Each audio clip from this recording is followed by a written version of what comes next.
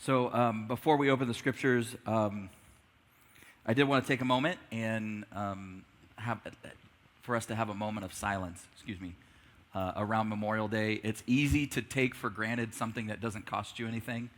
And I don't ever want to step into this weekend and not remember that there are people, many, many men and women who've paid the ultimate price, that their loved ones lost them, and they gave their lives so that we could be free. So would you join me for just a moment, for a moment of silence?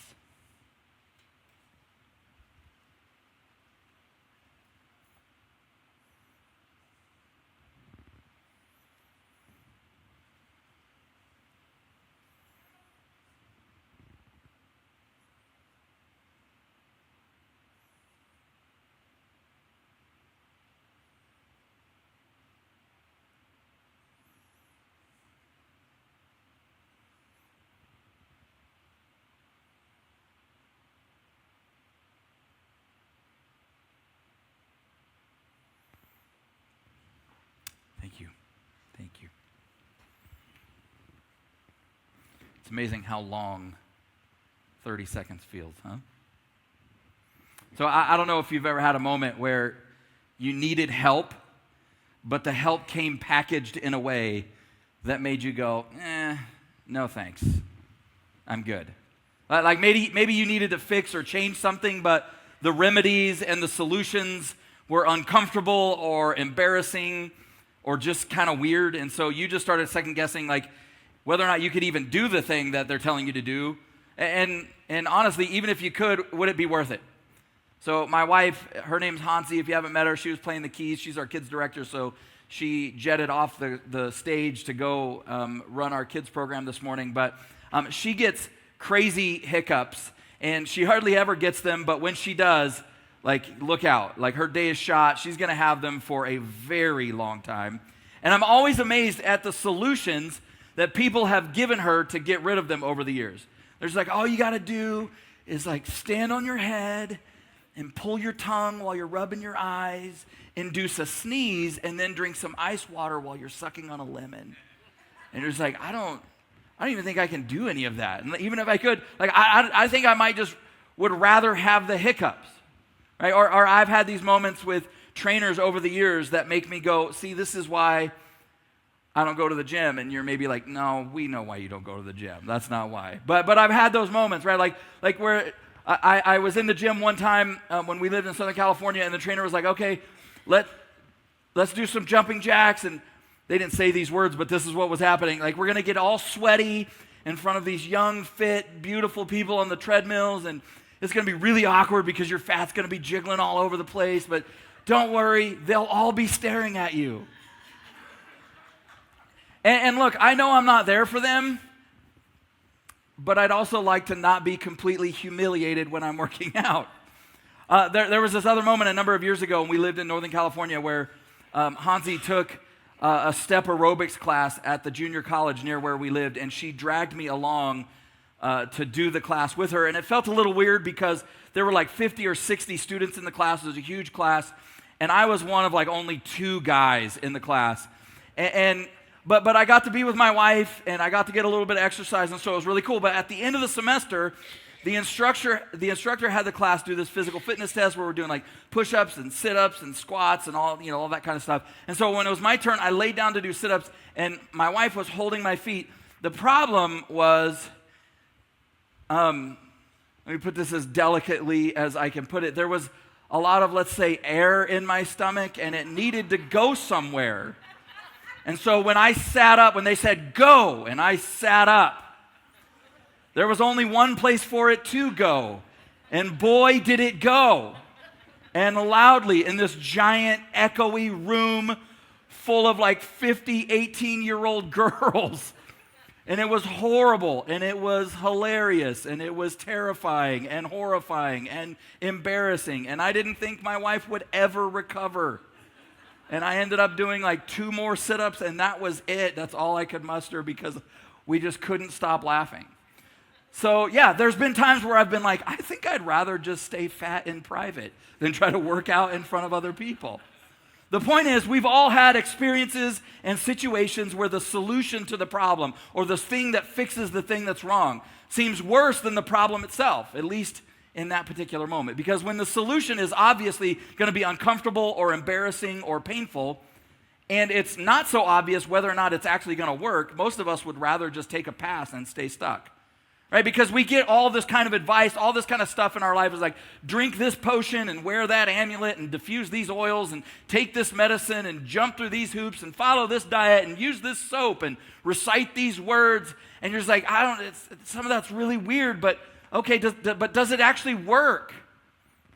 And you can't help but feel like, I don't know if this is is there actually any substance to this? Is this real? Are they just trying to sell me something? Are they just messing with me to see if I'll just do this thing? And they're just like behind this, like, I can't believe that they're diffusing essential oils and they think it's helping their allergies. No? Nobody else? Okay. You can't help but feel like, do they know what they're doing? Or are they just guessing? See, because nobody wants to be a guinea pig, right? We certainly don't want to be embarrassed or duped or sold. And here's where all of this kind of comes into focus for us this morning. Because if we're honest, a lot of us would like have wondered that very thing about God. Like, if I go to God for help, is it just going to be like, do this thing and do that and change this over here and clean that up and say that prayer? And you're just like, okay, like if I do all that, will it work? Are you going to help me? Are you going to fix it? You're going to come through? And also, he's God, and so he can do things however he wants to do them, any way he wants to do them. And so there's part of us like, is all that stuff really necessary? Are you just testing me to see if I'm willing? Does God know what he's doing, or is he just messing with us? Does he love and care about us, or is it all just an elaborate game? Does he just like watching us dance? The scriptures actually repeatedly tell us that Jesus came to show us what God is like. But when you look at certain stories from the life of Jesus, honestly, it can kind of just seem random. Like he's just making it up on the fly. And so I want to take you to a story in the book of Mark that really has kind of that feel to it. So it begins in Mark chapter 7, beginning with verse 31. It says this, it says, Jesus left Tyre and went up to Sidon before going back to the Sea of Galilee in the region of the 10 towns, or your translation might say Decapolis, which just means 10 towns. Verse 32, it says, a deaf man with a speech impediment was brought to him, and the people who brought him begged Jesus to lay his hands on the man to heal him. And so Jesus led him away from the crowd so that they could be alone, and he put his fingers into the man's ears, and then spitting on his own fingers, he touched the man's tongue. And then looking up to heaven, he sighed and said, Ephatha, which means be opened. Instantly, the man could hear perfectly, and his tongue was freed so that he could speak plainly. And Jesus told the crowd not to tell anyone, but the more he told them not to, the more that they spread the news about what was happening. So as you saw in the trailer there, the bumper there, we're finishing up a series called Savage, where we're looking at these moments in the life of Jesus where he said or did things that were kind of challenging or confusing or just kind of strange. And this story definitely qualifies. But what's interesting to me is that there's so much that happened in the life of Jesus that we don't know about. There's so many conversations, so many encounters, so many miraculous moments that weren't even written down, that are just lost to us. In fact, in the very last verse of John's gospel, John says this in John 21:25. It says, Jesus also did many other things. If they were all written down, I suppose the whole world could not contain the books that would be written. And so John's going, I can't even begin to imagine or describe the size and the number of volumes that would be required if all the incredible things that Jesus said and did were all written down. Which, I mean, if you stop to think, that's pretty mind-blowing. But it also means that there were some editorial decisions that had to be made, right?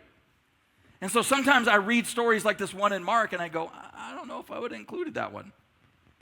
I mean, it's really cool for the guy that it happened to, that the deaf guy can now hear and he can speak, and it certainly demonstrates Jesus' power as God, but it's also really weird. The thing is that John actually tells us that the stories that are told in the Gospels were curated specifically by God for us so that we can know and understand who Jesus is and how God relates to us. In John 20, verse 30, he says this, that the disciples saw Jesus do many other miraculous signs in addition to the ones recorded in this book. But these are written down, the ones that we recorded. We wrote the things down that we wrote down so that you would continue to believe that Jesus is the Messiah, the Son of God, and that by believing in him, you would have life by the power of his name. See, that means that God has something specific and important that he wants us to get from this story. Something about ourselves, something about him, something about his heart toward us and how he wants to interact with us right now in this moment. And so Mark begins to tell us the story like we read in verse 32 where he says, a deaf man with a speech impediment was brought to him and the people begged Jesus to lay his hands on the man and to heal him.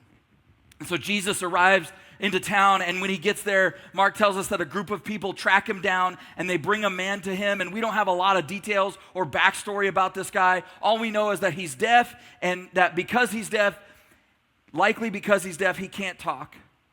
And maybe he knew who Jesus was, but maybe he didn't. Maybe he knew that Jesus had come to town, and maybe he didn't. Maybe he wanted to be there, and maybe he didn't.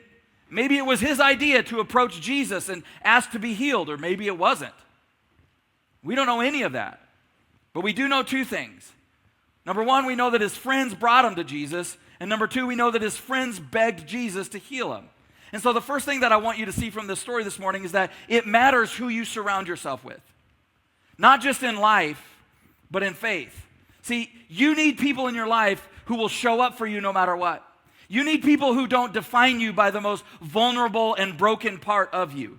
You need people who may not be able to fix the thing that you're dealing with, but they believe with all of their heart that God can fix it. You need people who are willing sometimes to drag you to church and bring you to Jesus. You need people whose faith is stronger than yours so that when you're overwhelmed or you're full of fear or you're doubting, you can lean on their faith. You need people who will love you to the point where your pain is their pain, and they don't just pray nice, sweet little thoughts and prayers for you, but they cry out to God for you. They are willing to beg God to help you. So who are those people in your life? Because it matters who you surround yourself with. But it also matters how you show up for other people. Are you the kind of person that shows up for people? Are you the kind of person that loves those people in your life this way? Are you someone they can count on? Is your faith strong enough for them to lean on when they're overwhelmed? Are you someone people can trust with the vulnerable and broken parts of their story? Do you love people enough to drag them to church sometimes? Are you close enough to people to care about them enough to cry out to God and beg God for them? In Galatians chapter 6, verse 2, this guy named Paul is writing a letter to a group of churches that he had helped start. And he's unpacking what it looks like and what Jesus had done and what it looks like to live that out in a faith community, to live that out in our lives. And he writes this in Galatians chapter 6, verse 2. He says, carry each other's burdens, and in this way you will fulfill the law of Christ. And he's going, you want to know what it looks like to live out your faith? You want to know what it looks like to live out the way of Jesus? It looks like love, and love looks like carrying burdens. See, when I read this story, I wonder, how long has this guy been deaf? How many times has he prayed and asked God to heal him and it didn't happen? Whatever the backstory is, it definitely seems like he'd reached the point where he's like, look, this is just my life. You don't need to feel sorry for me. This is the way it's going to be. God's not going to heal me. I'm just going to deal with it. This is just life. But then one day Jesus rolls into town and his friends show up and they're like, nah, man, you're coming with us. And it changed everything. Which brings us back to the crux of the story that's like the weird part. So in verse 33 it says this: Jesus led them away from the crowd so that they could be alone. And he put his fingers in the man's ears, and then spitting on his own fingers, he touched the man's tongue. I always get a kick out of the way that the Renaissance artists depict these moments, and I think this picture is actually in the bumper, but like that is the way that they depict this moment, which is just hilarious. And maybe the best part of it, the most miraculous part of it, is that somehow these Norwegian guys ended up in Palestine in the first century wearing like French berets and stuff. That's pretty cool. But Jesus pulls this guy aside and he jams his fingers in the guy's ears. and then he spits on his own fingers. And remember, the guy's deaf, he's not blind, right? And he's watching the whole thing, and then Jesus reaches into his mouth, and he rubs that ear waxy flavored saliva on his tongue. Yummy. What the heck? And again, he may not be able to talk, but I'm pretty sure he can taste. Now, I know when we read the Bible in church, we're supposed to act like everything Jesus does just makes sense. We just go, yeah, of course, Jesus grabs people by the tongue. That's what he does. But this is just gross, and it feels inappropriate. I mean, just think about it. What if you came to me and you were like, Pastor, could you just pray for my wife? And I'm like, yeah, come here.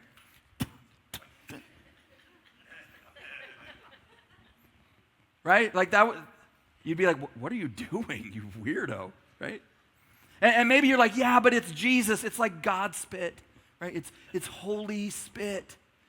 And listen, I absolutely believe without a doubt that Jesus was fully God and he was fully human.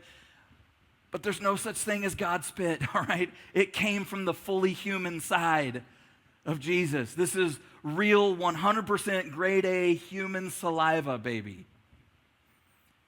So the guy showed up deaf and mute, and now he's still deaf and mute, but with a mouthful of spit and earwax. And this is important, I think, because obviously none of us have experienced that specific situation. But I think there are all kinds of moments in our lives that are like this, where we give up on God, where we started to believe, you began to trust him in small ways, you tried to do some of the things the way that he says to do them, and now that situation's just worse, or now, and you're just like, it's not working. I thought it was supposed to get better. And so now it feels like you're just standing there with a bad taste in your mouth, because whatever it is that God is doing, none of it makes sense, and it's uncomfortable, and it's sometimes maybe even embarrassing, and you're just like, God, why are you doing it this way? Are you just messing with me? Are you just messing with us? I think when we read stories like this, like we forget that we have the advantage of knowing how the story ends. And so we take for granted that what's happening in the story is clearly and obviously leading somewhere good. But the people that were living the story, they were just like you and me. They had no idea what was going to happen next. And oh, by the way, as I said a second ago, Jesus can heal people any way he wants. And if you have followed Jesus through the Gospels, you know that, because you know that there were times when he not only healed people without touching them, he healed people that weren't even present with him, that they were at home sick. They were somewhere else. They were in another town, but their relative or their father or whatever came and begged Jesus, and he just said, yeah, go, they're healed. Jesus spoke, and across the miles, that person was healed. So then, why did he heal this guy this way?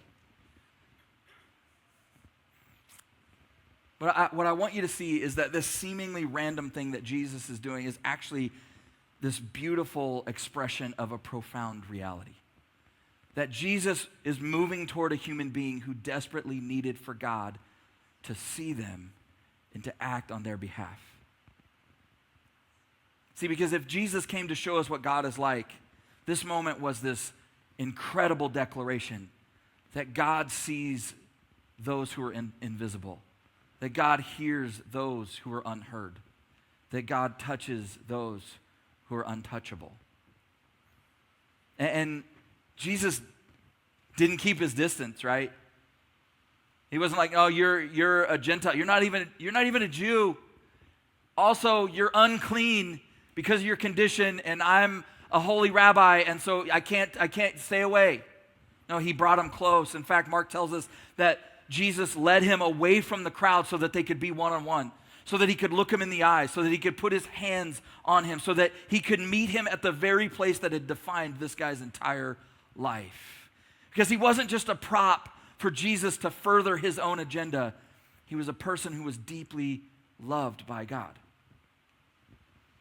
One of the undeniable things that we see over and over and over again in the life of Jesus is that the more crushing the person's circumstances, the closer Jesus came. And I want you to know that that is still true this morning. That whatever it is that's going on in your life, those moments that just feel dark and overwhelming, those moments that just feel like, I don't know what to do with this news. What am I supposed to do? How are we going to face this? What's going to happen? That the more crushing those experiences, the closer Jesus gets. God is close to the brokenhearted, that he rescues those who are crushed in spirit. And so you can know whatever darkness has closed in on your life, whatever challenge, whatever difficulty, that God is nearby. He's taking you by the hand.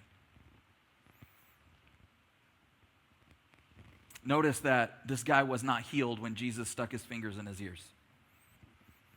He was not healed when Jesus rubbed spit on his tongue. I think a lot of times, like what happens is that we want God to instantly fix everything. And when he doesn't, we go, I knew it. It's not real. I knew it. I thought you loved me. I thought you were going to do the thing where you just say the word and I'm healed, but you're sticking your fingers in my ears, you're spitting on your fingers and rubbing my tongue. Like, what's going on here? And so we're just like, I'm out. Like, this is too weird. It's too embarrassing. I don't care. And we spend years messing up our lives, and then we want Jesus to fix it in a minute. Not realizing that even if he did that, we'd mess it up the very next minute. And so we get mad at God, and we pull back, and we walk away, and the story that we tell is, God didn't come through for me. See, what do you do when you're praying and asking and begging God for help, but it seems like nothing is happening? When you're in that moment where you got somebody else's spit in your mouth, and you're still deaf. When things are not only not getting better, they're getting worse. You were deaf before, and you're still deaf, but now you have a horrible taste in your mouth. Because the truth is, when you open your life to Jesus, there are a lot of things that get better. But there are definitely things that actually get worse. Right? Where we open our lives to Jesus and we're like, okay, God, just give me all the good. Back that dump truck up of blessings and let me have it. I want all the good stuff. But then he has the nerve to start having a conversation with you about your choices or your relationships or your character or your money, or about how you treat people, or about things like greed and anger and jealousy and arrogance. And it's so irritating because he just starts messing with stuff that we don't want him to be messing with. It's like, no, just give me the good stuff and leave the other stuff alone. Just bring the healing and leave the rest of it for me to worry about. See, so often we want God to change our lives without changing anything in our life. But that is a miracle that he cannot and will not perform.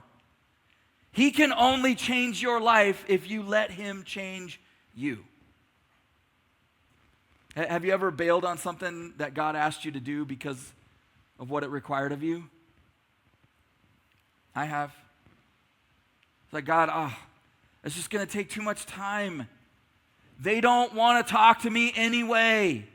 It's not going to help. It's going to cost too much money. It's going to be uncomfortable. They're going to get the wrong idea. It's unreasonable. It doesn't make any sense. And so we abandon what God is doing before it's even done, before his work takes root, before the miracle happens, before the thing that he's working through is actually worked through. I wonder, in your life, what have you determined is too high a price for you to pay for your healing? What is it that you've decided that you won't do because, well, it's too embarrassing or it's too much work or it costs too much or it's too painful or it'll take too long or it seems impossible or it just isn't what you would do if you were God? Because some of it's just that. Like, God, why are you doing it that way? Why can't you do it my way? The truth is, when we decide that the pain of changing is bigger, that it's more important, more threatening than the future that God has for us, then we redefine our future down to the threshold of our pain. I would love to be able to hear and not be deaf anymore, but not if you're going to rub spit on my tongue. But God will not force help on you that you're resisting. Listen to the way the Apostle Paul describes how God works in our lives. It's in Romans chapter 2, verse 4, and I actually love how the Message paraphrase explains it. It says this, it says, did you think that because he's such a nice God that he'd let you off the hook?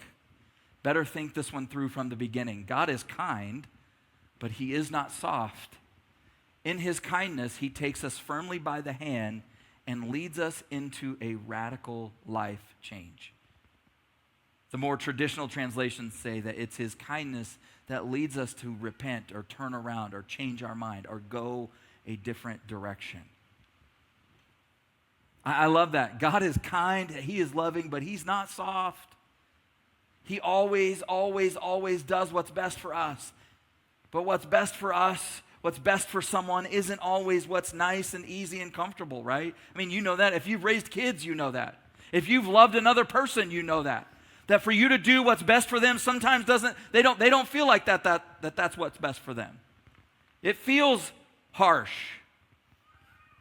Because love is this combination, I think, of empathy and compassion, that it takes both. And so I sat down this week and I was wrestling with it, and I thought I'd just kind of give you, these are not definitions of those words, but maybe descriptions. See, I think empathy could be described as seeing through someone else's eyes and identifying with their feelings. But compassion is actually action-oriented. It's helping somebody do the good thing that they need to do, but can't, or that they don't want to. And love requires both empathy and action. Like for instance, if you broke your arm and you went to the doctor and they came in and they were like, oh my gosh, that looks like it hurts. I mean, that's just terrible. We feel so bad. And here, let's help make you comfortable and tell us, oh gosh, that's terrible. Oh, look at that. Shoot. Okay, hope that works out for you. And then leave. Like, you got lots of empathy, but that doesn't help you. If they walk in and they don't say anything, they're like, get your arm over here. Start slapping the cast on. They're rough. They don't care. They don't talk. They're just cold. You're just like, what the heck? I'm never coming back to this doctor at all. Like, they did the thing that was necessary for you to be healed, but there was no connection. There was no empathy involved at all. The truth is, we need empathy and compassion. We need to be understood and assisted. We need validation and direction. We need somebody to ache with us and to show us what we need to do next. And that's what God is like. That's the way Jesus loves us. That's what Jesus demonstrates in this story so beautifully. Because look at verses 34 and 35. The guy comes to Jesus. Jesus takes him to the side. Jesus sticks his fingers in his ears. Jesus spits on his fingers and puts them on the guy's tongue.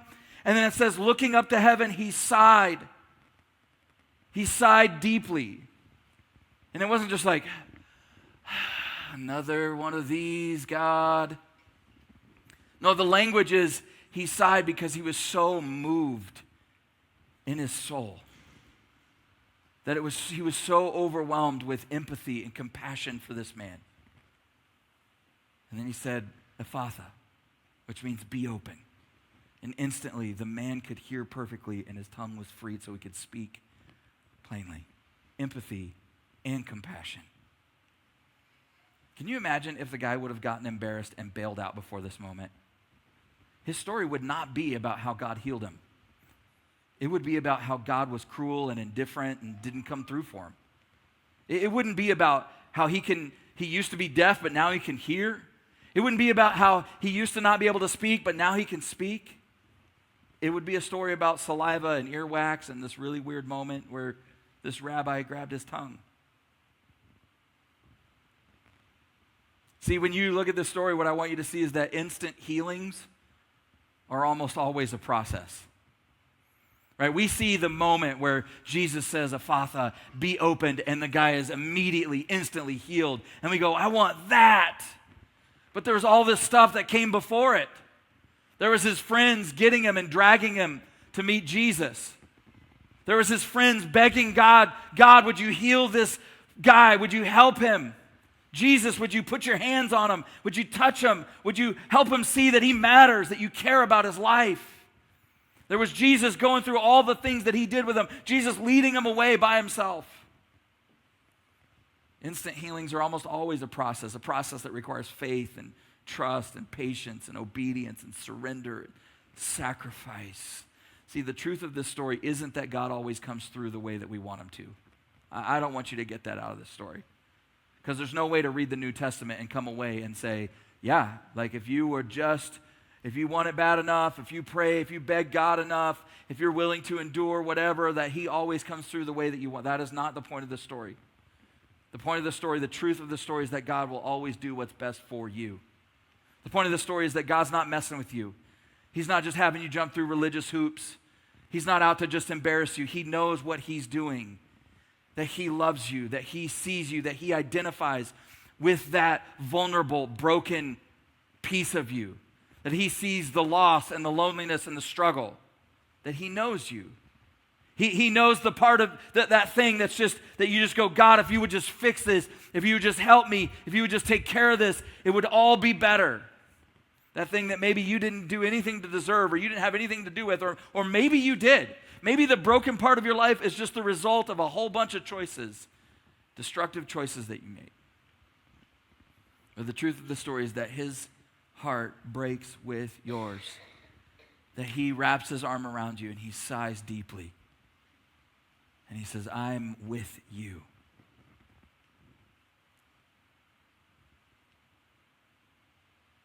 That he doesn't leave you there. He is always, always, always going to take you firmly by the hand and lead you to a radical change of life. No matter what you believe about God, I'm here to tell you, you are involved in a conversation with him. And you know, you're well aware of what's being said from your side of the conversation. You know all the things that you're talking about to God all the time. God, fix this, do this, help them, make this better, take this away. You know all the conversation from your side. You know all the things you're talking to him about. But my question for you this morning is, what is it that God is talking to you about? What is it that God is saying to you? What is it that God has taken you by the hand and he's trying to lead you toward, and you've dug in your heels? What is it that God is talking to you about? And what are you going to do about it? Who are the people that show up for you? Who are the people that you're showing up for? Who are the people that are carrying your burdens? And who are the people that you're carrying theirs? I love that Jesus meets us exactly where we are. That he steps into that moment. And this morning, even in a room full of people, he's going to take you by the hand and he's going to lead you off to the side so that he can just be one-on-one with you. He can be one-on-one with me. He can look you in the eyes. You can hear his voice. He can wrap his arms around you.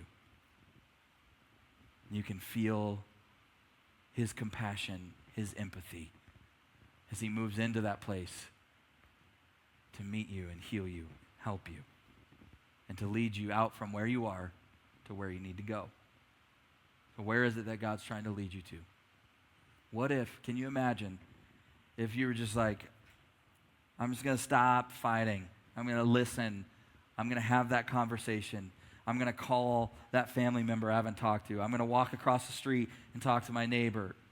I'm going to actually go sit down and take the risk to talk to my boss.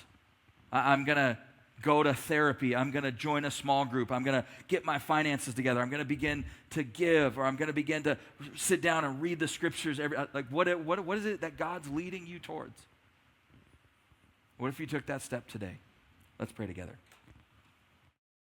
South Hills Church, I just want to take a moment and say thank you for watching our service online. Whether you're watching it for the first time or you're watching it again because you enjoyed the service so much from the weekend, I'd like to take a moment and dive into our giving.